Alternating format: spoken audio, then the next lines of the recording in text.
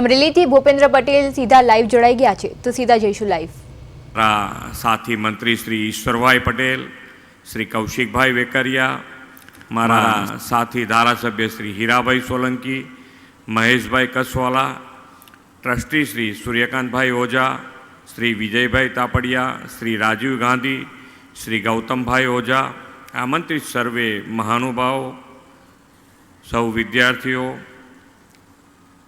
Press મીડિયાના મિત્રો, સૌને મારા નમસ્કાર.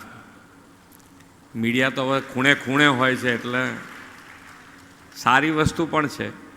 એકાદ જણ હોય તો દરેક જગ્યાએ હોય ને, દરેક કોમ્યુનિટીમાં હોય, પણ હોવું જરૂરી છે કે ભાઈ જે પણ સારું કાર્ય થાય અથવા તો ખોટું ક્યાંય પણ થતું હોય, તમારા ધ્યાન ઉપર આવે તો એ સુધરે. આપણા ધ્યાન ઉપર જ ના આવે તો આપણને એમ જ થાય કે આપણે જે કરી રહ્યા છીએ બરાબર જ કરી રહ્યા છીએ. એટલે જે દાયિત્વ જેને સંભાળવાનું છે એ સારી રીતે બધા નિભાવીએ તો આપણી પ્રગતિ, જે વિકસિત ભારતની સાહેબની સંકલ્પ છે એ આપણે પૂરો કરી શકીએ. અહીંયાથી હમણાં કીધું કે ભાઈ હજુ કાર્યક્રમ તો આગળ વધવાનો છે અમારા ગયા પછી પણ. અહીંયા દીકરીઓને તો બહુ ગરમી લાગે છે ક્યારની. હવે એ લોકો તો કેટલું આગળ બેસી શકશે. અત્યારથી જ આમ કંઈક ને કંઈક ચાલુ છે. જો આ બાજુ જુઓ તમે વિદ્યાર્થીઓ, આ બાજુ જુઓ તમે, કોઈ કંઈ પણ પંખો નાખે છે જુઓ. એ કેટલી મહેનત કરે, ગમે તે પરિસ્થિતિમાં આટલી સહજતાથી બેસી શકે એવું આપણે શીખવાનું છે. વધતી જાય ને એમ પછી આપણી સહન શક્તિ ઘટતી જાય. અમે કાયમ કહીએ કે ભાઈ અત્યારે અહીંયા બેઠેલા બધા જ એક ઝાડ નીચે આરામથી બેઠા હોય, ભર ઉનાળામાં કોઈ તકલીફ નહીં. બધા બેઠા હશે લગભગ, કોઈ બાકી નહીં હોય. ભાગ્યે જ કોકને એવું હશે કે જે આ પરિસ્થિતિમાંથી પસાર ના થયું હોય. આ કદાચ આ નાના વિદ્યાર્થીઓ કદાચ એવું નહીં કરતા હોય, પણ આપણામાંથી તો બધા એમાંથી પસાર થયેલા છે. પણ માન્ય વડાપ્રધાન શ્રીએ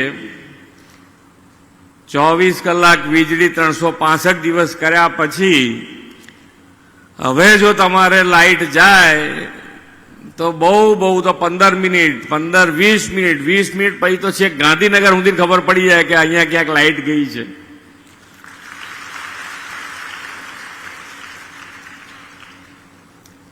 પણ જે આજે આ દીકરાને કહીએ ને કે ભાઈ દરેક જણનું નસીબ હોય એમ, બાપા મહેનત કરતા હોય, ખૂબ મહેનત કર્યા પછી પૈસા ધીમે ધીમે ધીમે બાપા કમાય, અને જે દીકરો જે જન્મ્યો હોય એને પહેલે દાડથી પૈસા એની પાસે હોય, એટલે એ કેટલો ભાગશાળી કહેવાય એમ.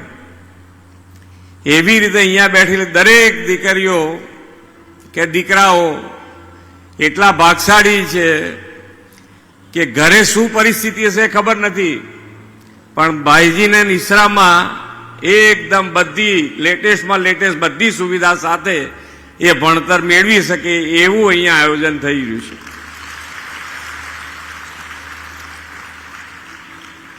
અને મા બાપને ડબલ ગૌરવ થાય એવી વાત છે.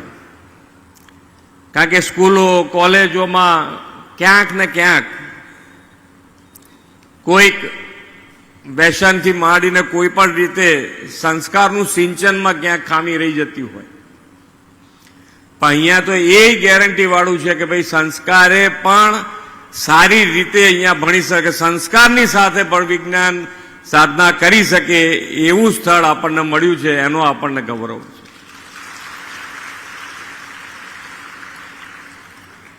અને કેટલું નાનું ગામ, જેમાં 2200ની વસ્તી, હમણાં ભાઈશ્રી સાથે વાત થતી, 2200ની વસ્તી, અને એ 2200ની વસ્તીના ગામમાં ભાઈશ્રીએ 2200 દીકરા દીકરી અહીંયા રહે એટલી વ્યવસ્થા વિદ્યાપીઠમાં કરી દીધી છે.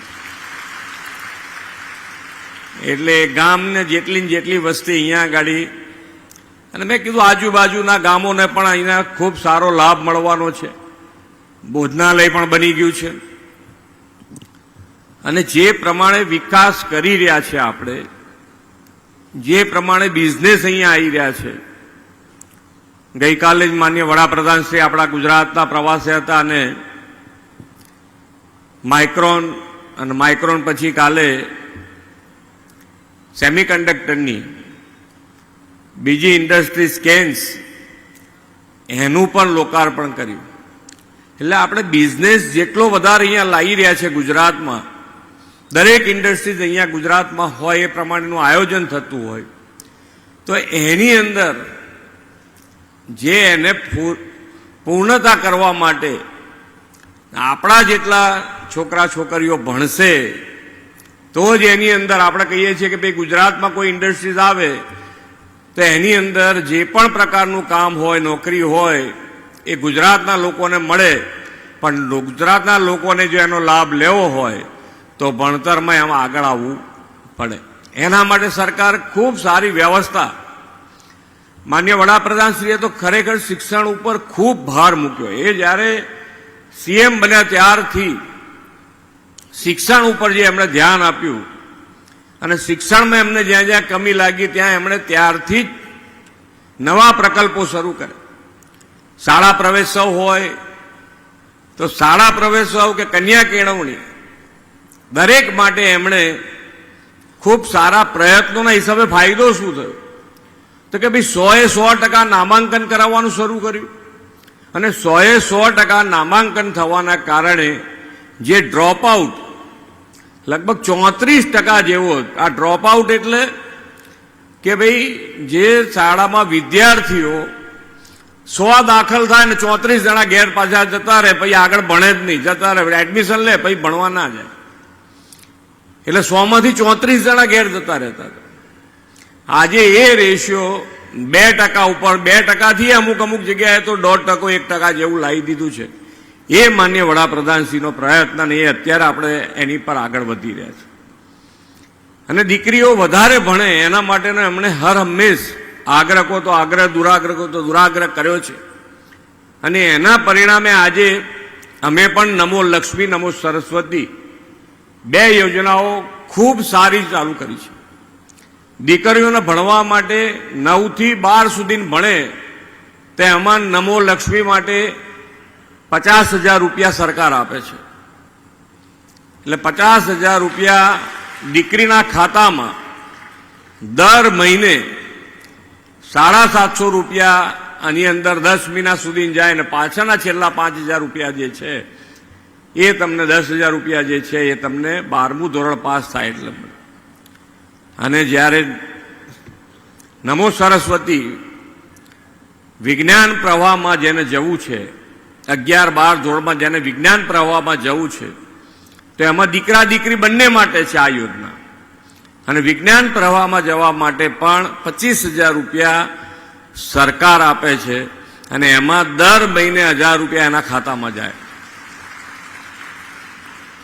એટલે ખૂબ સારી યોજના બનાવી છે.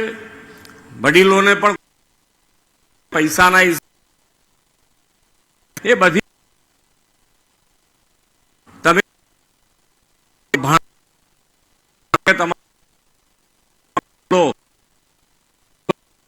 તમારો